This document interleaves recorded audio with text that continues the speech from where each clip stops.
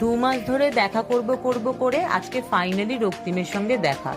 ওকে বলেছিলাম আমার বাড়ির সামনেই চলে আসতে, তো আমরা এমন একটা কমন প্লেসে দেখা করেছি যেখানে থেকে মানে তিনজনের বাড়ি প্রায় কাছাকাছি।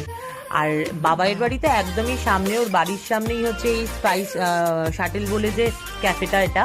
আর স্পাইস শাটেল এখন আমাদের মানে আড্ডাখানা হয়ে গেছে, আমরা প্রতিদিনই এখানে যাই। হেন কোনো এখানের আইটেম নেই যেটা আমরা নাকি ট্রাই করিনি, শুধু এই কম্বোটা বাকি ছিল, এটাও আজকে ট্রাই করে নিলাম। আমরা একটা চিকেন নুডলস অর্ডার করেছিলাম যেটার সাথে চিলি চিকেন ছিল 3 পিসেস, আর সঙ্গে কিমচি স্যালাড আর কোক, আর সঙ্গে দিয়েছিলাম হচ্ছে দুটো চিকেন ফ্রাইড রাইসের কম্বো যেটার সঙ্গে চিকেন মাঞ্চুরিয়ান ছিল, এই একই 3 পিসেস, আর কিমচি স্যালাড কোক।